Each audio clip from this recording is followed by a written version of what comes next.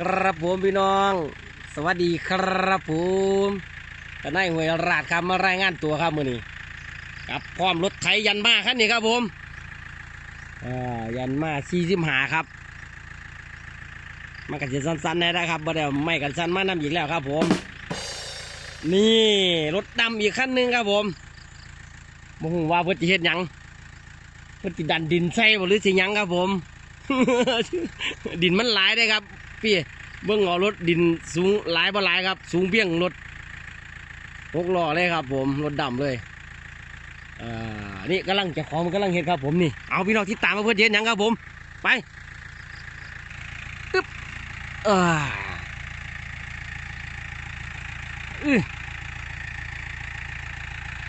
นี่ครับผมรถไถครับเห็นดันหน่อยนี่เดี๋ยว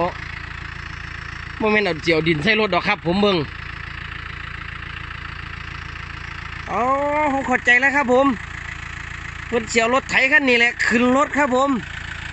เพิ่นเจียวขึ้นรถไถรถดำครับผมนี่เดี๋ยวขึ้นได้บ่ครับผมมาผู้เดียวนะครับเก่งขนาดครับผมนี่หายังวะนี่หาอะไรเอาอะไรอีกบ่เบิ่งพี่น้องมาคนเดียวนะครับนี่สุดยอดเลยครับ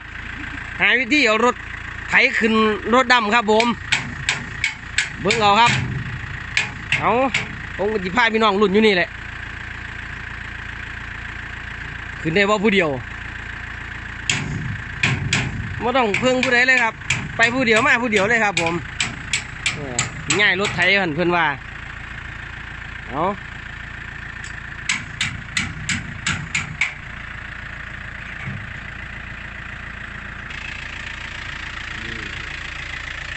เก่งนะครับผม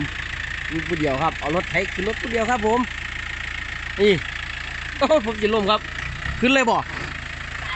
ขึ้นได้ปะล่ะน้องครับผมขึ้นได้ปะล่ะเอาลุ่นน้ำเพลินครับเอาดินลงไปอีก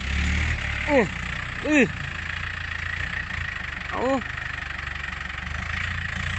จึ๊กน้ำหนักยั่วน้ำหนักกันปล่อยไปแล้วครับปล่อยไปแล้วครับผมเอาเฮ้ยมันยุบไปแล้วครับสบายล้อหลังอ่ะไหวป่ะนั่นก็ถอยรถเขาไม่อีกเนาะปึ๊บ พี่น้องอุ้ยพี่น้องสบายครับผมเห็นจังไหนบ้านเนี่ยอ้าวพี่น้องมันจีไหลเอาไม่หนุนวะ พี่น้องผมตามเอาไม่หนุนมาครับเอาไม่หนุนหล่อ สุดยอดครับผมว่ายานยังครับ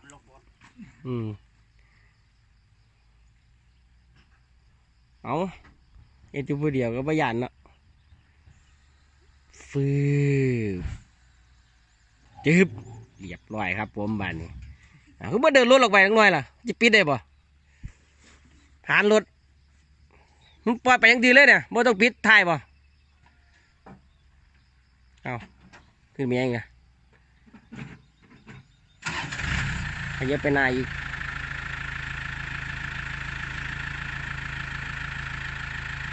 นี่อย่างไร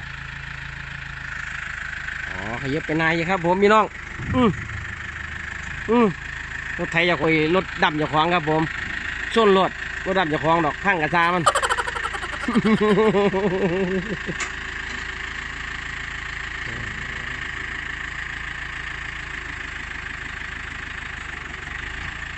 ไปจำได้ก็ดีรถทางขึ้นทางลง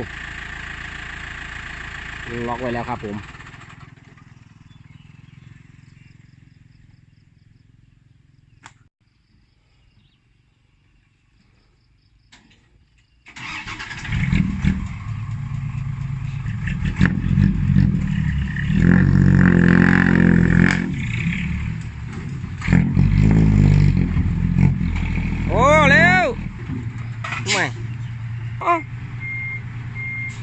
เ พี่น้องครับผมก็บ่เข้าใจที่กันไปยกดำขึ้นเฮ็ดหยังบ่อยากรถไถไหลลงบ่เงียบไปตัวเดียวตัวแดงเขาโอ้ฮะติดบ่ฮะ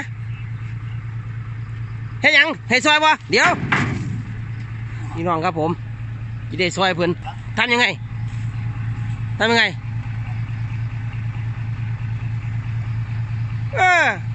ไปดำมันขึ้นก็ยกบ่ขึ้นแล้ว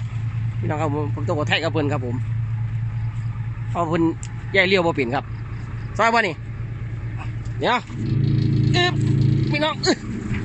อ้าวงานเขาขึ้นไปยกขึ้นแม่พันน่ะ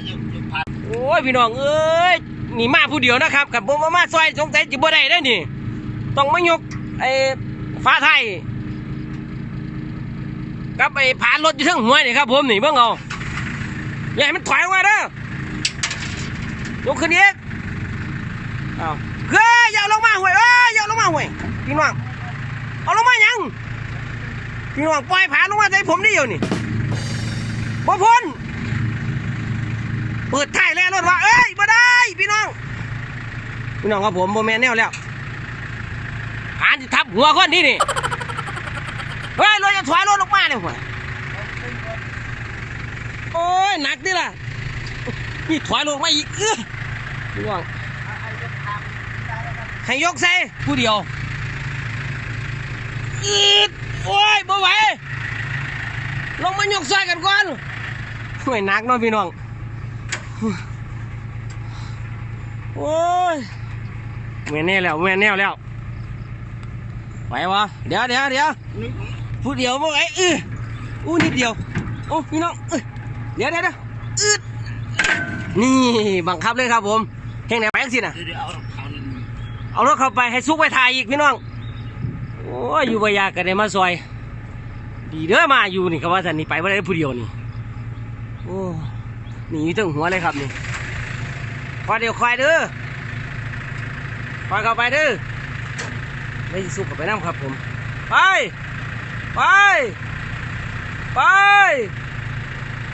ตัวไปล่ะไปข้างหน้าเลยไปไปอีก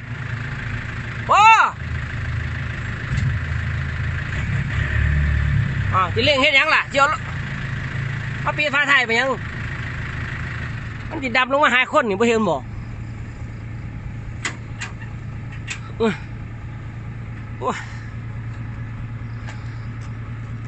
ได้แล้วนั่นนี่ปีได้บอลวันนี่ให้ยังอยู่วันนี่ใช่สาระครับผม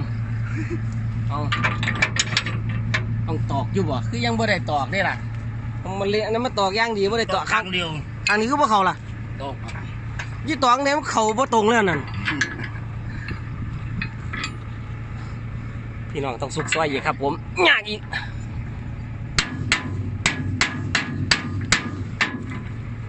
เข้าเลยเขาได้คนเลยหูปะนั่นอันไหนยุบถ่ายยุบวะเฮงได้ปะเนี่ย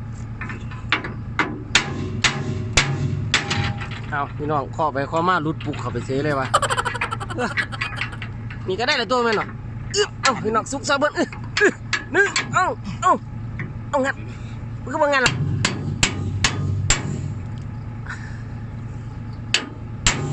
เอา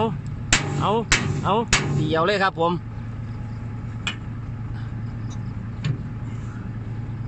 อยู่มั้งจำนี่กันเลยไปใกล้ๆเองดอกเว้ยตีพวกเขาได้ป่ะนี่ไปอีกครับผมเพื่อความมั่นใจอยู่หรือเปล่า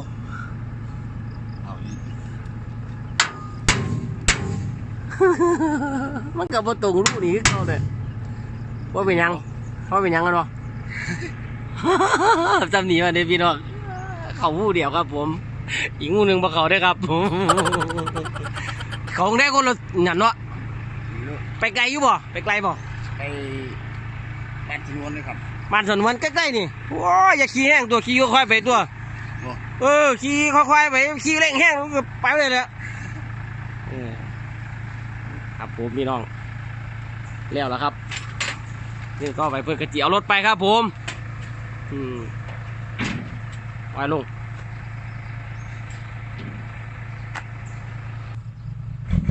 ครับผมพี่น้องซอยเพิ่นเรียบร้อยแล้วครับดีนะผมมาซอยกับขันผมบ่ผ่านมาป่ะครับบ่แล้วครับผม ถือว่าเพิ่นดวงดี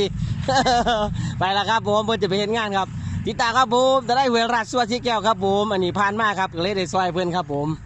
ติดตามครับกลับบ้านขึ้นกันแล้วครับผมสวัสดีครับผม